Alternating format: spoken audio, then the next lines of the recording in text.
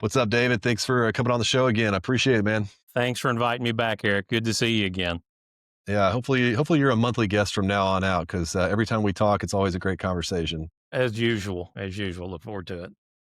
So I'm actually really excited here. We're only about 2 weeks out from the National Comfort Institute Summit, and this is something that you had invited me to years ago. Yep. I have not been since that first time. Gosh, it's probably been 10 years, and so Yes. this year I started looking at it, and I was like, man, these topics look really good. So why don't you kind of tell people what the summit's about, what National Comfort Institute, why do you guys put this on, and what they can expect from the summit this year? I'd be glad to. It's our annual conference, and we hold it every September. And this year we're going to be in Austin, Texas at the Kalahari. It actually is a little bit outside of Austin, Texas. Round Rock, right? Yeah, at the Round Rock. What's nice about it is it's a collection of like-minded HVAC professionals from across the country that look at buildings, comfort problems, safety and health very differently than the majority of our industry. They don't just look at changing HVAC equipment. They know that there's a lot more to that, that it's, as we're going to talk about, I'm sure in a little bit, probably ductwork. We'll get into that and airflow and pressures in a little bit. But they Yeah. look beyond what's considered a traditional HVAC system, which is really just the equipment in what is typically traditionally defined in our industry. But they look beyond that. They look to the equipment. And what you're going to see at the conference is you've got guys that are so authentic. One of the things that always turned me off a lot of conferences when I was a contractor was there was this need to try to impress others. And that's not at our conference. And it's I went every year when I was a contractor. It was one of those do not miss events because I always gained so much from it. It wasn't, I gained a lot from the sessions, but I also gained just as much, if not more, from the side conversations. I made a lot of good friends I'm still in contact with. Yeah. And we shared what our struggles were as we were going through the business. And, this is what we were finding. And we may have had a solution for a problem that someone else had, where they also had a solution for a problem that we had. So we were able to Uh, lift each other up and kind of navigate our way through this because it's not the norm in our industry. Thank goodness it's becoming more of the norm because we can have topics and discussions like this. But we've got 2 days actually 2.5 days of great sessions. We've got two panels, and you're going to see contractors from across the country that live, eat, sleep, and breathe this stuff every single day. And I consider them the cream of the crop. And when you look at this, they are not only the technical guys of it, they know how to take it from a business standpoint and make it successful. They have Implement taken it. these concepts, which a lot of guys they can get on a technical level, but they have no idea how to make any type of money with it so that they can continue to serve their customers well. So Yeah. we've kind of found that sweet spot for not only how to do the technical side, but also how to implement it into a company. It's kind of like trying to change the tires on an 18 wheeler if it's going down the interstate. You're not going to stop a business and then plug this stuff in. So you have to Yeah. be very thoughtful how you do it. And that's Yeah. one of the strengths that we bring to that summit. More like refueling a plane while it's already flying type thing. Exactly. You have to be very strategic. Yeah, I mean, that's one of the things I'm actually looking forward to is just being around other like-minded individuals who not only are in the HVAC performance industry or the home performance industry, because I've never been an HVAC contractor. I've worked with them for a long time. I've done duct leakage testing, I've done performance testing on HVAC, but I've never been a technician. And so being around people who are actually out there solving the problems that we talk about all the time on this channel and elsewhere is exciting to me. And hearing some other techniques and just building those relationships, like you said, is huge. Yeah, I love it because it's the whole conference is designed around elevating the HVAC industry. And, our industry, I say our because I still consider myself a part of it. I was born into it. Our industry gets a really bad rap. We get beat up a lot. And there's so many good people out there that want to and try to do the right things. They just don't know where to look and what to do. And to me, Or how to that's the door. differentiate themselves. Yes.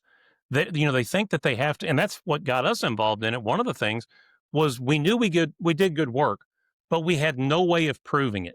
We knew we could solve problems, at least we thought we could. And we had to figure out a way because we were financially, we were in trouble. To this day, credit NCI was saving our family business because the things that we learned set us apart from everybody else. We were going Yeah. into a standard home. The one I'll never forget was a 3,000 square foot structural insulated panel home.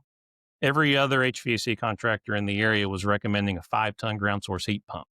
We come in recommending a 2-ton ground source heat pump with dedicated dehumidification and outside air. And we were scared to death it was oversized. And I know it was, but it was the smallest 2-stage ground source heat pump we could get. You were scared that it was oversized. Oversized. Everyone else was recommending 5 tons worth of. 2.5 times more than what you were quoting. Yes. And we were Yeah. about 2.5 times more than the price of everyone else. And we got Wow. that job because the Wow. homeowners understood what we're talking about. They Yeah. knew the difference. They saw the value. And when they said, how can you guys justify that price? And we said, because we understand your home like no one else. And we know what it's going to take to make you comfortable. And it was obvious when they're getting other quotes and they're not anywhere in the ballpark of the same load calculation. Correct. So it means that you do have a more of a building science background. So, Yes. I mean, to your point, there are hundreds, if not thousands, of HVAC contractors in every single state, and trying to differentiate between the good ones and the bad ones, or the ones who really understand the intricacies of how to make a high performance home work, or how to take an average home and make it more high performance. It's really difficult. It is. So having that network of people at NCI and the type of training that you guys offer in this summit, with the opportunity to be, networking, rubbing shoulders, having drinks or whatever, building those relationships, it's huge for sure. Yeah, I'm looking forward to hanging out again. It's going to be fun. Yeah. Are we going to get to do the water slides? Because I mean, it's a Kalahari water park. So We've got to. I want to go down some of these water slides for sure. We've got to. That's the cool Yeah. thing. We try to build enough time in to have fun. Good. Awesome. Well, that's 2 weeks out. So hopefully anybody that hasn't signed up yet, if you see this, you can go register. The website is gotosummit.com, right? Yes, it is. Okay. I'll make sure I put that in the link. Good. I'll be doing 2 sessions. Stop by, see me, stop. I'm not just saying stop to my sessions, but there's going to be a lot of great ones there. So you'll find guys that are specialists in their topics, and then you're going to find contractors who do this on a daily basis.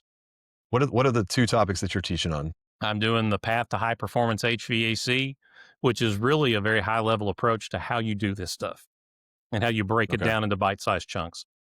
The second one I'm doing it should be interesting. It's going to be more of a conversation with the audience than it will be anything, but it's demystifying combustion safety taboos. There's a lot of things that we take for granted in our industry when it comes to combustion safety and carbon monoxide testing. And we're going to have some uncomfortable conversations and address some of those things head on. So it ought to be fun. Maybe you should give us a little preview of what that topic might be about here. Could you give us kind of like we're the only industry crazy enough to start a fire in somebody's house and then assume it's safe. And then many times the testing that we do, it only gives you bits and pieces of information, and we're taking incomplete pictures and trying to form complete movies out of them. And we may be putting people in harm's way if we do that. So, and some of these things, unfortunately, are even written into codes and standards. So that's where it gets really uncomfortable. Sometimes the codes and the standards can actually get in the way of doing the right thing. So we're going to talk about how to address that when you run into it. Yeah, well, you definitely piqued my interest on that one. And one of the topics we touched on earlier this summer was, it was actually a code requirement for new construction. It's sort of a code requirement, but when you have a house that's a certain level of air tightness, they want mechanical ventilation for fresh air in the house. And, I've done several videos on this topic, but specifically with exhaust ventilation. We'll just touch on this real quick. But, most of the big builders that I've worked with over the years, the national production builders, the regional, the big guys, they use this exhaust fan, this constant run exhaust fan method of mechanical ventilation as a way to satisfy the code requirement. And what we've seen is this ends up actually exacerbating humidity problems in homes. Yes. So, locally, there's a couple of builders in particular. We just said, look, I know why you're doing it. I know what the intent is. In the summertime, just tell your homeowners, turn it off. Just go in there, kill the breaker to the switch, or if you can get in the housing, turn it off and see what happens. And recently, one of those builders actually did this, tested the humidity before and after, and it all dropped by 10-15% just by doing that alone. So that's a good example of a code requirement gone wrong. With, had sort of the right intent, but it was misapplied, right? Maybe this isn't the right climate zone to be doing that kind of thing. Yep. Especially some of the weather conditions that we've had recently in central Kentucky. I mean, just last week, it feels awesome now because we're in the mid 70s and it's like mid 40 dew points. But last week, we were running mid 90s and mid 70 degree dew points. So, I mean, when you're bringing in outside air consistently like that, it's moisture is going to condense on any surface that it can. Yep. So that's the one thing about code is it oftentimes doesn't, as you said, it doesn't consider all the cause and effect relationships that'll happen based on different areas. It says it has to Yeah. be there, doesn't say it has to work. Yeah, so it's just a misunderstanding, and you would think even having these large companies, they would have somebody in their organization somewhere that understood building science at a deeper level in a per climate zone application, and it just doesn't seem to be the case, no matter how hard you try to explain the situation to them. So hopefully that's part of the bigger conversation that happens at NCI and at other conferences like this is like, can we Yep. just apply these things the right way so that we're not doing, unintentional harm to our customers? Right. Because as like you said, you get a consistent exhaust ventilation because air always takes the path of least resistance and or paths of least resistance. There's more than one. And you combine that with a tight house, which, meets or exceeds code requirements for air infiltration. And it doesn't take much to put that house into a vacuum where it's pulling air in wherever it can get it. And a lot of times those are places that you don't want to breathe. And the second thing, it's air sources that have a ton of humidity. And of course, that's when you run into those problems like you talked about. Yeah. One of those was just, air coming in from outside through dryer vents and bath exhaust fans. So you'd see condensation on the inside of a dryer and like, what is going on here? And that's basically what's happening. Well, let's kind of pivot a little bit and talk about, so one of the other big things that's been a point of contention this summer, and I'm sure previous summers as well, but especially this summer because it's been so hot and humid for most of the country, it's been, powered attic fans. Yeah. These either whether they're solar powered attic fans or they're, actually wired to the electrical system in the house. Yep. But, for example, my neighbor had a brand new roof installed recently, and I haven't talked to him about this yet, but, I noticed that the roofer went in and removed all the passive vents on the roof, with the exception of the soffit intake vents, Hmm. and then they installed one solar powered attic fan at the top of their hip roof at the Hmm. peak. And I'm just sitting here thinking like, so what happens when there's no sun outside and it's not actually drawing air through there? Or what happens if it is sunny and it's constantly moving 1,000 CFM out of your Hmm. attic? What's your experience been with powered attic fans and whether they're good for the house or bad for the house? And like, what should you consider before even installing one of these things? Well, I think with a lot of this stuff, we need to go back to just basic physics because, it's one thing you can get into emotional arguments on those. That's often what happens in these debates is people will say, what makes my attic feel cooler? But then when you go back into the reasons of why, what's going on that makes the attic feel cooler, it goes back to those cause and effect relationships again. My experience is I have seen them create moisture problems. I have seen them make combustion appliances inside the home backdraft and spill flue gases into the equipment. Oh, wow. So I'm not a fan, pun intended. So, when we see these things, it goes back to that rule that we just mentioned. Air takes the paths of least resistance. So, in the situation that you were mentioning, it was coming in through dryer vents, it was coming around other openings and penetrations in the building. And powered Mhm. attic ventilators do the exact same thing. So you may have a natural draft water heater sitting inside of a closet that has a louvered door to provide air to it. But if there's also two ducts that are coming down from the attic that are supposed to provide fresh air that have a large fan above them, there's no way Mm, air is going into those ducts. Instead, it's pulling it out. It acts as a vacuum and it will pull yeah. any conditioned air inside that building that a homeowner's paying a lot of money to condition, and it'll suck it straight up into the attic. And then when people make the connection and they start to go, that's why my attic feels cooler. You're Mhm. paying to cool that attic.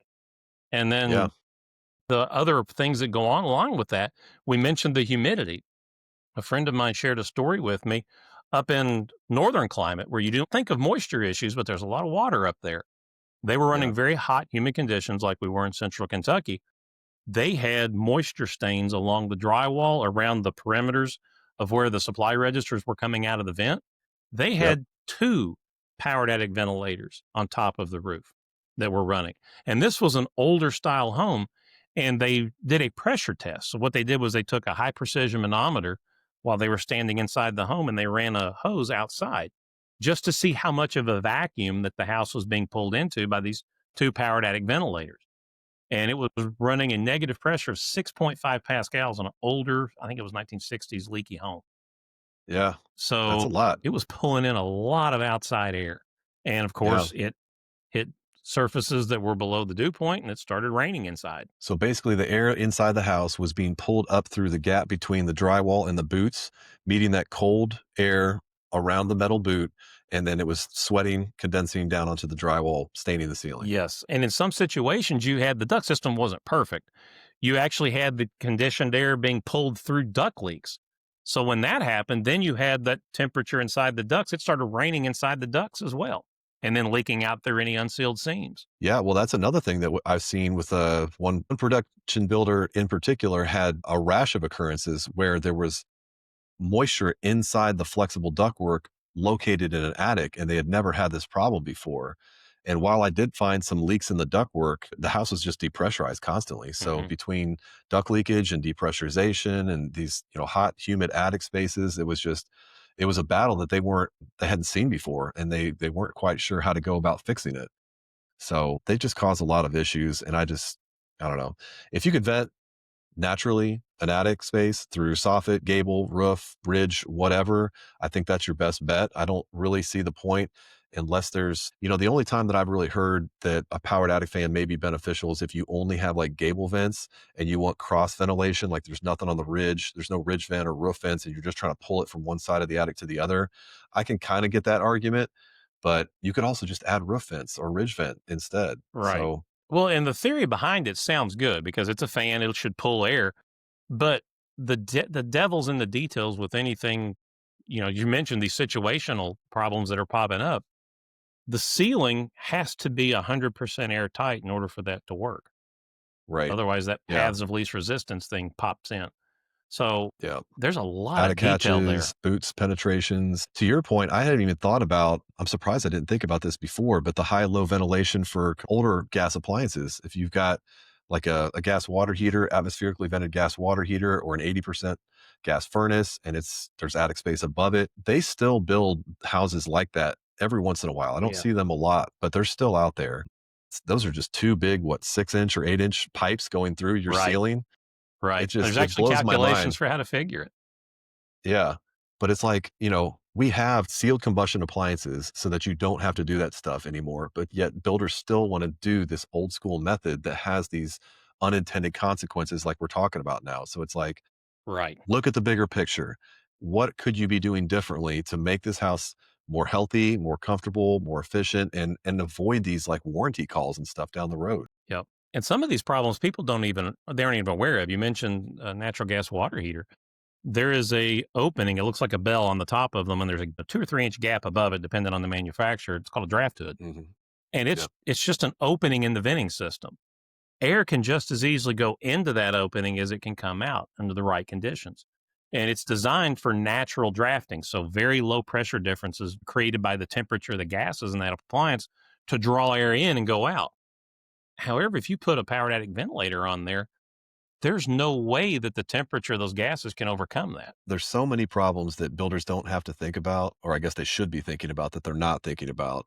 But it's like you always have this argument from old school builders about, well, this stuff never used to happen back in the day with leaky houses. Why are we sealing up houses and insulating houses and then putting fresh air intakes in them? I'm sealing up super tight and then I'm putting a hole in the side. Like, it doesn't make any sense. And Yeah. it's like, it's either an unwillingness to understand and learn and see the bigger picture of why, or it's just, I don't know, stubbornness. Like, just you Right. don't want to get any better and don't want to do anything different than you've been doing for the last 20, 30, 40 years.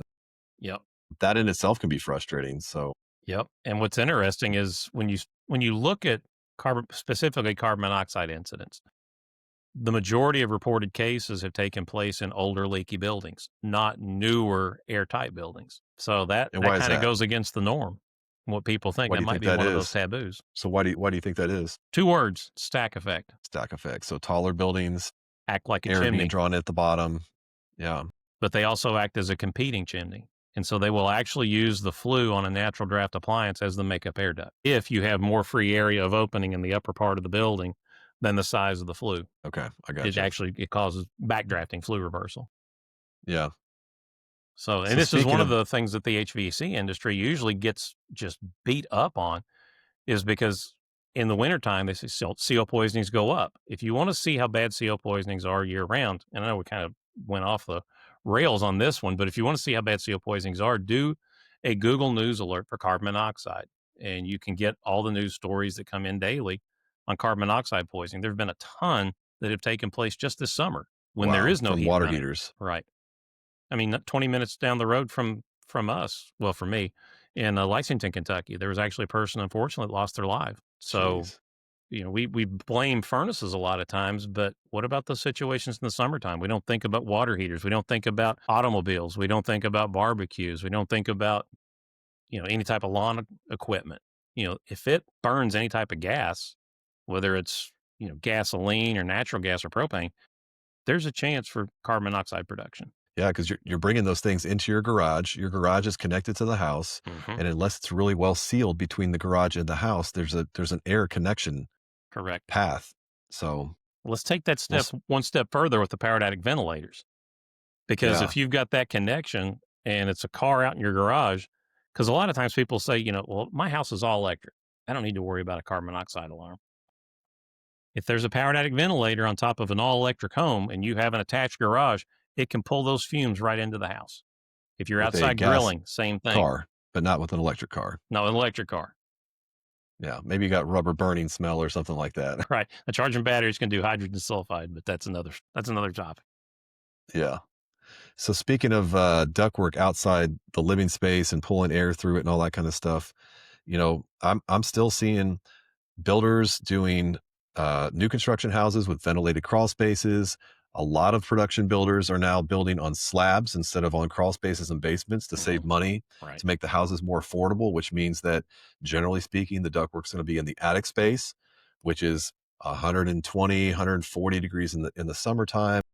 And, I've had a lot of conversations with these builders. Like, I understand you got some designer from Chicago or somewhere else that's designing these houses and expecting this design to work all across the United States, but you should really think about the placement of the ductwork inside your house before you build it. Like, if you have the opportunity to keep it between the first and second floor, or is there a way that you can redesign the ceiling so that you have a space between the attic space and the inside of the house to keep the ductwork right there? Talk about the implications of having like ductwork located in ventilated crawl spaces or garages or attic spaces that aren't sealed. They're not conditioned Yeah. spaces. Like, what happens? It can create a whole host of problems. Going back to kind of like the powered attic ventilator topic, a simple rule, if we would apply it, is if you wouldn't live there, don't put the ducts in that space. You wouldn't Yeah, live in your it's a attic. good rule. You wouldn't live in your crawl space. You wouldn't live in your garage. Don't put the ducts there. But we've got a long way to go to get there. So as we look at that, those implications, leakage, of course, is going to be one of the biggest ones because it creates a pressure and airflow imbalance and the air that's being moved by the HVAC equipment. The blower inside of a furnace or an air handler has to move a certain amount of air. And ideally, that same amount of air is being delivered into the house and being pulled out of the house. But what happens is if there's unintentional leaks in the duct system, then that air doesn't make it to its intended delivery point, and it can cause all kinds of problems. We talked about the vacuum, the depressurization from the powered attic ventilator. If you've got duct leaks, it can cause the same type of an effect. Yeah. So it doesn't always have to be a powered attic ventilator. It could be the HVAC system that's causing that driving force. Yeah. So, in the what we've seen, you mentioned crawl spaces. One of the things that I have seen happen is newer equipment, kind of going back to what you said about guys saying, they don't build things like they used to, and we didn't used to have those problems. Older HVAC equipment used to be much more tolerant of slop, of bad installation practices, of rules of thumb. It's not that they're Mhm. making the equipment any worse. It's just much more precise in the amount of slop that it will tolerate. So now, if you're using old school practices from the 1970s on equipment made in 2025, you're going to end up in trouble because you're not considering how things have changed. You have to have a much more precise approach to how you're going to deal with that equipment. And one of the things that we've seen in crawl spaces is if they're hooking back up to an existing duct system, say, the return side duct leakage can actually pull moisture out of that damp crawl space and overwhelm the dehumidification capacity of that equipment, how much moisture it'll pull out of the air. before it ever has a chance to dehumidify. It's trying to dehumidify all that duct leakage from the crawl space before it could ever dehumidify the home's air as it's making it Yeah. back through the system. Same with if it's in a garage or an attic space, it's going to Same be thing. outside humid air. I mean, probably even more so in the attic. Yep, same thing. And we get into the safety aspect. Those same things that we talked about with combustion appliances inside the conditioned space, those same type of things can happen. Another one of those unintended consequences, and it's really one of the things that got me into all this stuff, was dust. We built a, I know I've told you this story probably 100 times, but when we built our home, brand new, built it from scratch, we used cellulose insulation in the attic and in the walls. And after we moved in, within a couple of weeks, we noticed, I mean, we have dust all over everything. And you could run your finger across my furniture, you could ball it up. And I was like, what do I do with this? Because my filter, we had a 4-inch media filter, still do, was spotless. I was like, where's all this dust coming from? Nothing on the grills. It wasn't coming out of the HVAC system. The HVAC system was causing it, but it was coming out of all the penetrations around the attic. It was coming around where my drywall was in an airtight ceiling. Any penetration to that attic or through those walls, my house was in a vacuum unintentionally, because what I did was I put 2 supply registers in my half basement to condition it, and I put no return ducts. My ducts are all in a basement. They're not even in an attic. So, Okay. and they're pretty tight. We've tested them. So what was happening is I was actually pulling more air out of the main part of my house than I was putting into it, because I had, we'll use some round numbers, 200 cubic feet per minute of air being pumped into my basement, 0 being pulled out. So I had a Hmm. 200 cubic feet per minute deficiency on airflow from the main part of my house upstairs. So it was trying to get it from wherever it could. The other thing that I did was I caved to putting a rock fireplace in the center of our house. And no matter what type of a damper you try to put in a fireplace like that, they do It's not not seal. airtight. So we were pulling air down through the fireplace. You always wonder, you go, why does it smell kind of damp in here? And that's what it was. And oddly enough, we fixed the pressure imbalance. I added an outside air duct to pressurize the house. And there's some caveats to that before you start adding ducts. Yeah. And all of a sudden, dust issues go away. No more smell. Did you also have recessed lights through your ceiling that was leaking? Yes, those got sealed. So you didn't have, there was no return in the basement, only a return on the first floor. Did you add a return to the basement? No, I sealed the supply registers. So there's just no airflow in the basement at all Nowhere. I now. don't need it. Yeah. Maybe the I wintertime, don't but need it. It's that's where my office is at. It's I've got a dehumidifier that runs down here. That's really all that's it necessary. creates heat for you. Correct. It's just a nice simple setup. But there's a situation where the ducts weren't even inside the house, but they still had that same type of an effect. Another one that you may run into that causes that is if you have a central return. And so that it's very common across the country to put one large filter grill in Mhm. the main part of the house where it's supposed to communicate with every other room. But the problem happens when you start closing doors, because those doors act as conditioned space manual dampers. They actually shut off the airflow from the room to that return. And it can also change those pressures. So we saw a lot of that, because we used to get all kinds of complaints from customers that said, our room's uncomfortable when we get home and we start shutting doors. And our excuse was, we were trying to justify this logically, but really what we were saying was, we don't know how to fix this. Was we designed the system to operate with the doors open. Right. The problem with that's not how they didn't live like that. Yeah. So you have teenagers and, Yes. the kids in middle school don't want their private time and they shut the Correct. doors. Then why is it so stuffy in here, mom? Or why is it so cold in here, dad? And well, open the door. Or, you got to put a transfer grill through the door or actually duct a return into that room to bounce. Because what you're saying is the same amount of air that goes into that room has to come back out of it. And if it doesn't, then there's a pressure imbalance, which creates temperature differences and all kinds of other stuff. Yep. Yeah. Yep. So It's I crazy actually how have it all works together. I know. I had a friend, he lives in South Florida. He called me last week and he was having issues with mold in his house. And he had a specialist come out and take a look at it. And basically, at the end of the day, he had 2 heating and cooling systems that had central returns. They Mhm. just replaced the older equipment with new high efficiency inverter equipment. I think that they also upsized the size of one of the systems. And so now the ductwork up that was in the attic was too small for the system. You have doors that are shutting, and the whole house was under negative pressure. So he's in South Florida. It's pulling in hot, humid air into the house. He's got mold showing up in places where you don't want mold showing up in, health effects and stuff like that. So I think he's got a pretty good local person that's helping him get through that and do the remediation and redo the duct system and stuff like that. But that kind of thing is something that I hear about too often. And sometimes it's new construction and sometimes it's older homes that get retrofitted, like you're talking about.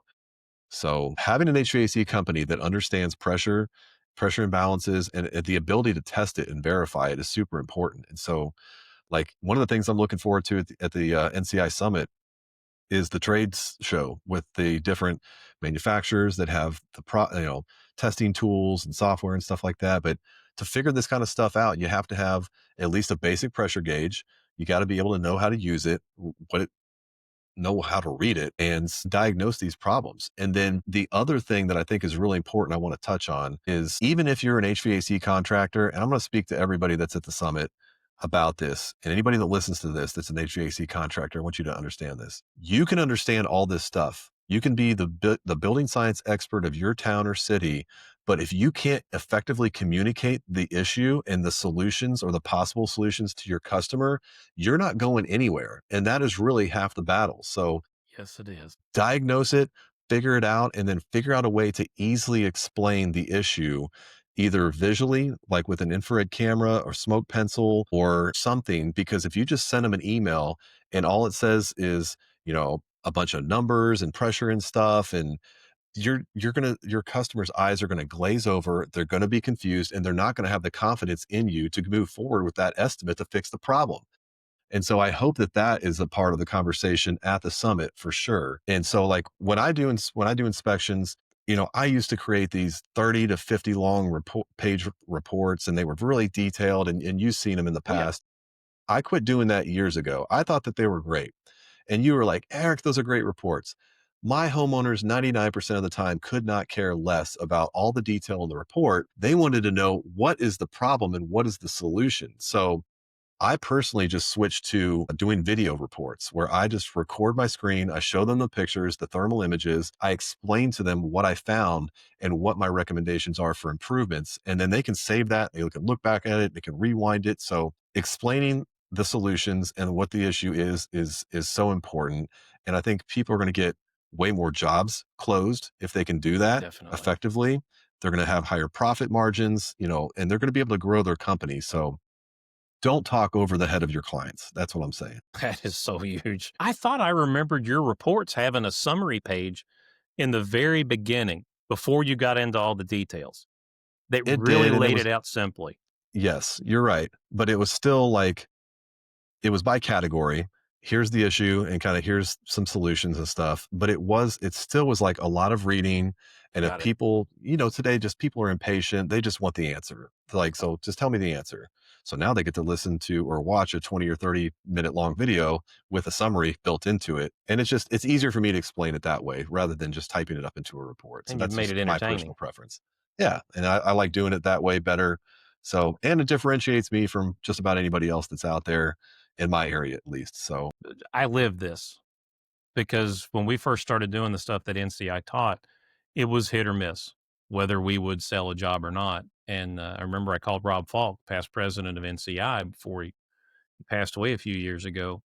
And I told Rob, because Rob was always like, this works with your customers, and you're not going to have any problems. And I called him and I said, Rob, this stuff doesn't work.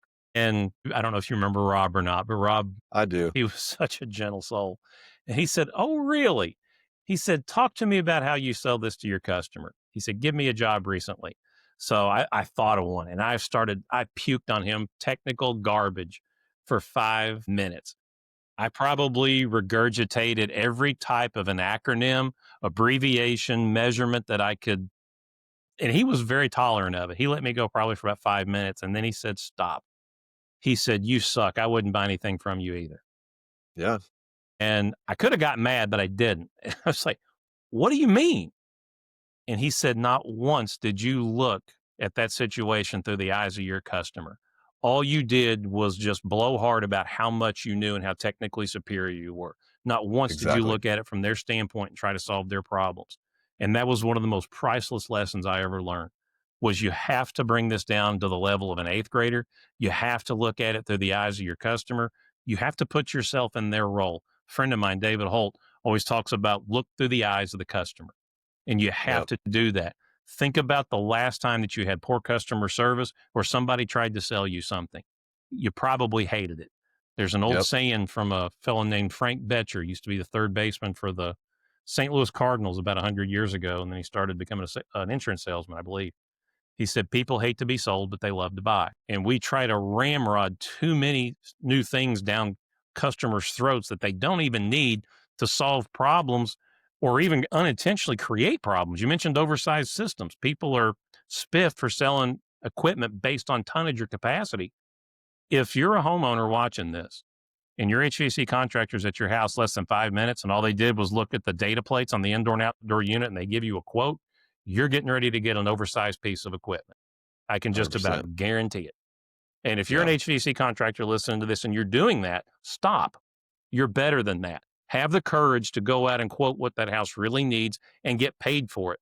Don't give your designs away for free. Sell the Yeah. value like what you're talking about, Eric. One of the things you mentioned, we are such poor communicators. And that's why people weren't buying. When we changed how we presented our packages, how we presented all the stuff that we did, it was like you flipped the switch and things Yeah. changed all of a sudden. But it Well, took a lot of work.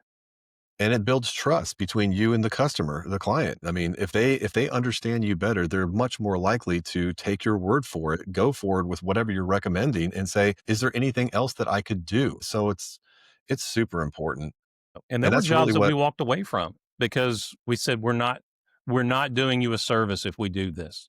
You're not going to yeah. be happy and we're not going to be happy. So it's probably best if we part ways. Yeah, and I see that argument a lot with insulation contractors and with other trades as well, where they're like, "Well, at the end of the day, you do what the customer wants." And I'm like, "Well, you don't have to. And if you're unless you're like starving for work and you just really want to make that sale, if you know that it's not going to be right, you shouldn't make the sale because if there's a chance that there's going to something's going to come back on you later on, don't do it and explain why. And if they still want to move forward, you know what? I'm probably not the right contractor for you." There's a whole lot of different ways to handle that, but you need to know what your forget what movie it comes on. Man's got to know his limitations. You have to know what your limitations are, and you have to know whether you're going to cross that line or not. A lot of times, it's going to boil down to what your personal integrity is, and whether you're going to make that call or not. Yeah. So it's different for Well, everybody. one thing I think that HVAC contractors are, for whatever reason, averse to is actually doing a heating and cooling load calculation. And this seems like it's at the core of the HVAC industry. Like all of them should understand how to do it, but a lot of them just pass the buck on to their supply house or they don't do it at all. They, like you said, they just go with whatever's there. And I'm pretty encouraged by some of the software programs that I've been seeing coming out lately and that make this process a lot easier. So it's like, can you talk briefly? I know that some of these vendors are going to be at the summit. And I'm looking forward to talking to them about this, They are. but just ways to make it super easy to get a simple and quick heating, cooling block load calculation. So you know what size equipment you should be installing in that house and you have more confidence to sell it going forward. Yep, absolutely. And a lot of times when you look at load calculations, they have nothing to do with HVAC, but they have everything to do with HVAC. It's 100% building science, but it directly affects once you go through equipment selection procedures, what size equipment should be in that home. And for HVAC professionals, it's always been time consuming. They've always been asked to do this for free, which is it's engineering work. They've been asked to do it for free when they're already strapped for labor to begin with and don't have enough hours in the day. So contractors have been put in a very bad position. And this is one of the reasons why at NCI we promote, and I believe this, I lived it, you need to get paid for your calculations. What the software manufacturers have done is they have fixed this problem because they have sped this up. They've made it very fast to where you can get a very good idea pretty quick on what the load for that building is. And they've broken it down to where now it's not time consuming and you can get a pretty good idea of, is it a go or is it a no go? Is the equipment going to be pretty close or is it going to be drastically oversized? So they've Yeah. really sped up and solved problems for contractors. The other thing that is, as we mentioned before, you've got a lot of guys who they have very good hearts. They want to do the right thing. They just don't know. And when it Yeah. comes to load calcs, there's a lot of fear because it isn't anything that's involved with turning a wrench or putting on a piece of, set of gauges and measuring temperatures. It's very ambiguous and it gets into things that they may not totally understand, even though that knowledge, you and me both know, has saved us on many occasions because we were getting blamed for heating and cooling problems that were actually building problems. And that Yeah. knowledge, it works. It's a synergistic relationship. They work together. And I think if we can overcome that hump with some of these new software that's out there and really start looking at things differently and sell the value of that, go in there, get a quick idea of what the size needs to be. And then for your more detailed calculations, get paid for that. Don't give that away for free. Yeah. So I really hope that some of the younger generation that's coming into the trades takes hold of this kind of tech and are the ones to lead some of the Absolutely. like, if you're an apprentice and you want to learn and you want to, find your niche within the company and provide value to the company that you work for, this is absolutely something that you could take and run with It and be is. that guy in the organization to learn and to grow and to teach the older guys that are in there. I mean, talk about job security. Yeah. If to me, anybody that's young that's getting into this, I know you mentioned reading, but reading an actual paper book is without any distractions or notifications going on is probably Mhm. one of the best ways, in my opinion, that you can start with this and then start taking notes and making it practical. The load calculation Bible is Ack Emanuel J. Start there, buy that, but don't read it from front to back. That's the one odd thing about Manual J is the best stuff is in the appendix. So start in the back, read the appendix, get a real good feel for everything, and then go to the front of the book and you'll get an idea of it. Another one that I know was really instrumental in helping me understand it were the builder's guides that Joe Stiebrick and Building Science Corporation puts out, about the one for mixed humid climates. And I learned so much just from reading that book. I've still got it on the shelf behind me. That book looks like it has been through a war because I've read it so many times. I don't even know if you can still get it, but the information that's in there is so valuable because it looks at that connection between HVAC and the building and how they're not just individual systems, but they're two systems that work very closely together and depend on one Yeah. another. Have you guys at NCI, this will be my last kind of follow-up question here to that. So, have you started using AI programs yet to analyze any of the like either Manual J or code requirement stuff? Like I know Joe actually came up with some kind of an AI, I think it's either a chat GPT, a custom GPT that you can use that pulls all of his like research information. You can ask it questions, it can give you answers based on his data and his experience.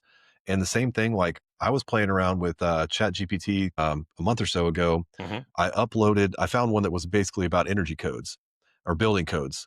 And I was asking it specific questions, situational questions about the energy code in Kentucky.